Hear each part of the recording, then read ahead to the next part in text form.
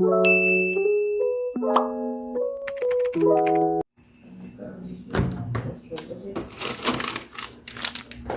guys, try ko ito guys. So, kung masarap ba. Oh, hiniwa ko ng maliit. Ito. Lutuin natin yan. Ito na siya guys. Ganun ko lang. Minuto ko muna sa tubig. Pag mawala na yung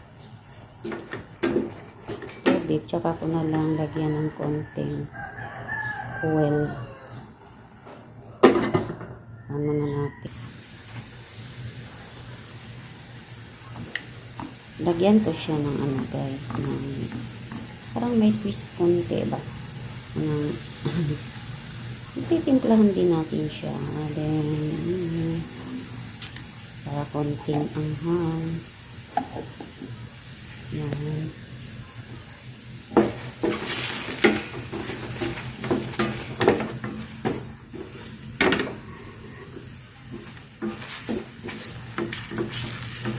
Nilagyan ko na lang, nilagyan ko siya ng konting oil na.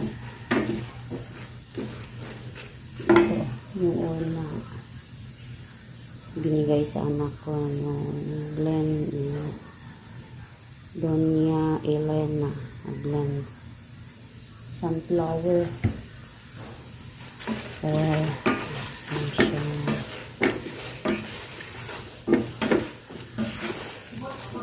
Ha? Akong gibutangan og black pepper, gamay og sili.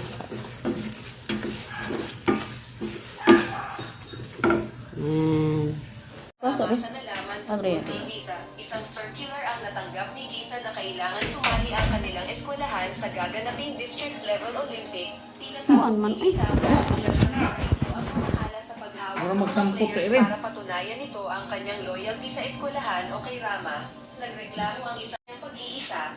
Naramdaman niya ang karamay sa matandang guro na si Sushila. Lumipas ang ilang buwan, nakahanda na ang mga grade 10 students para sa kanilang parating na SSLC examination. Pinuri ni Gita ang yeah. Bring you home. Yeah, come on.